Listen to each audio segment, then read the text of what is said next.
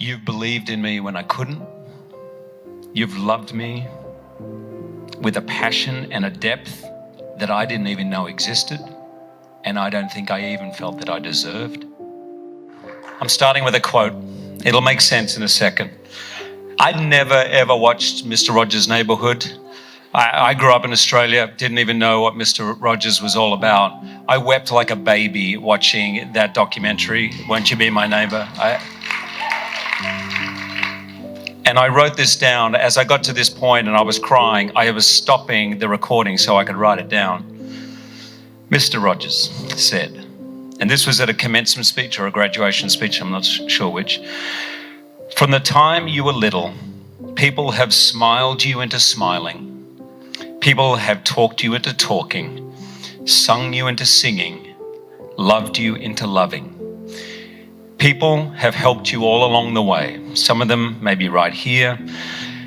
Some of them may be far away. Some of them may even be in heaven. But deep down, you've always known they wanted what was better. They wanted what was best for you.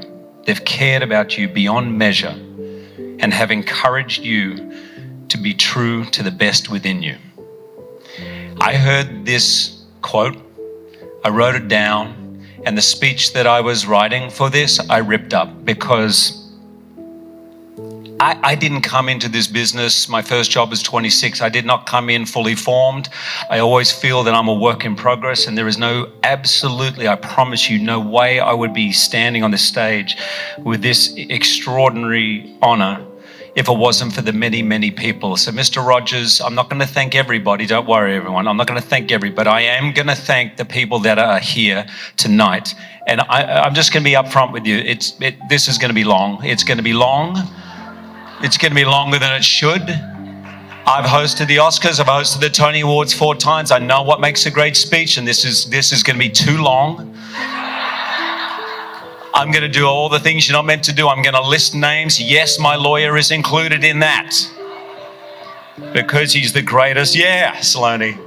And he's my friend. I'm going to do a lot of the things you're not meant to do, but there's no orchestra going to play me off. So sorry, you have to deal with it. But I'm down to 3 very important people. I'm going to mention Kirk Douglas, who Deb and I we were lucky to have morning tea with Kirk and his wife Anne this morning. I met Kirk when I was doing a play, and I have a rule when I do theatre, I never go out afterwards. It's a blanket rule because I don't really know how to say no to some people, so I just say I don't go out with anyone. So word got back to me from my assistant. I told Kirk Douglas that you're not going to go out with him after the show. I said, you what? You told who? He said, oh yeah, Kirk's coming to the show this weekend and he wanted to go out to dinner with you. And I told him no. I said, right, I'd really like you to call Kirk, who was 95 years of age, and tell him I just might be able to muster up enough energy to go out with him that night. As a young actor, I used to listen to a cassette tape as I drove to my acting school each day back and forth, and I listened to his story that was being narrated. He, for me, was the North Star of actors, him and Paul Newman, a movie star. When he turned 100, Steven Spielberg said at his birthday celebration, he said, I've worked with the best people in the business, honestly the best, but I've only met one movie star in my entire life, and that is Kirk Douglas, because when Kirk Douglas is on the screen, I cannot look away.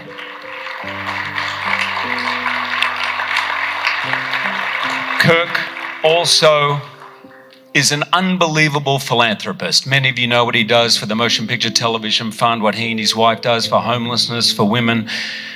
But to me, what always gets me is that at the height of his powers, during the McCarthy era, he risked everything and broke the strike that was on the blacklist. He broke the blacklist himself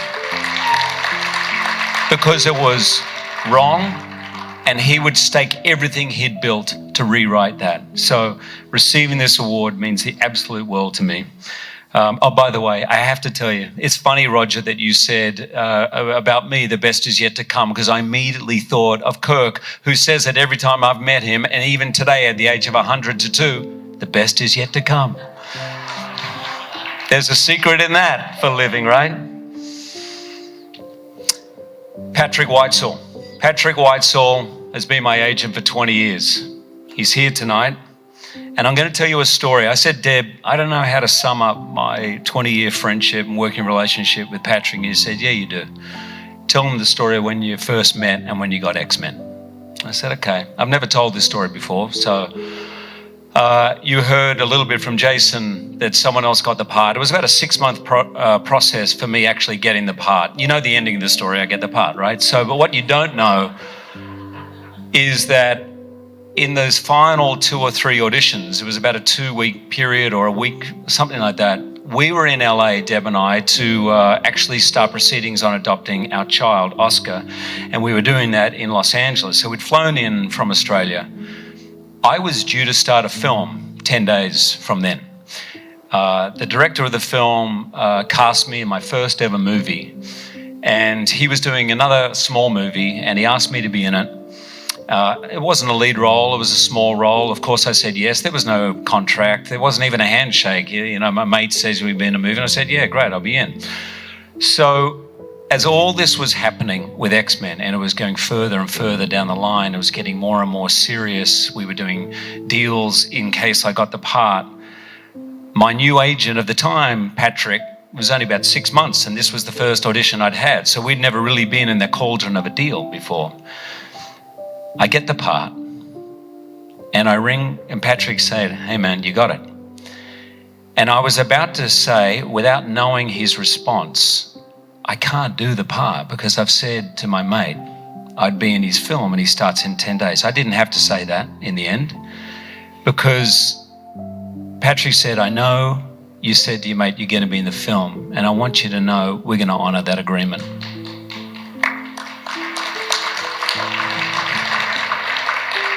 And I'll never forget this. He said to me, he goes, no amount of success is ever worth that moment where 5, 10, 15 years from now, you walk into a room and across the room, other side of the room is the guy who gave you your first job and you can't look him in the eye. And I said, I really want to do X-Men.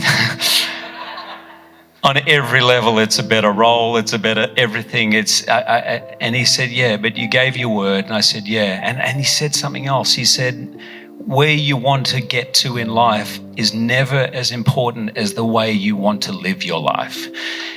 And Patty, you'll remember this night as well as I do.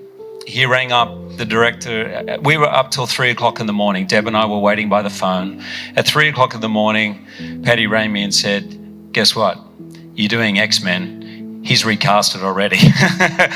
And he had happily moved on. But in that moment, and those 8 hours, I think, of negotiations, probably, that's when I knew not only is Patrick Whitesell a great agent, he's a great man. It's the luckiest thing of my career, and I would not be standing here and half the things I've done in my career would I have done if it wasn't for you, Patty. I love you, man.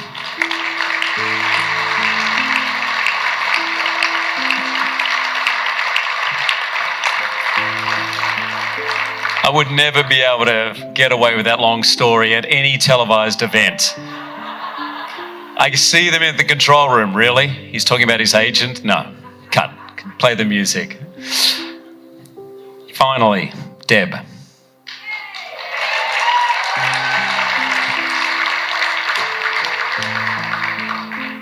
You know, you have taught me that life is actually never defined by the highlight reels, even though, by the way, I love the reels. Thank you so much. Whoever put those together, I was like, wow. Except for the Bo Derek scene. We could have missed that one today. But you really have taught me that life is not defined by those. Life actually happens in between that. Life happens when the camera is not rolling. You've believed in me when I couldn't. You've loved me with a passion and a depth that I didn't even know existed, and I don't think I even felt that I deserved.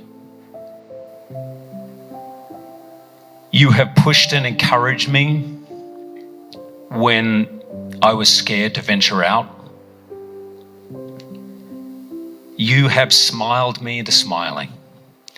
You have sung me into singing. You have loved me into loving. And like everything I do in my life, I share this with you. I love you. Thank you all.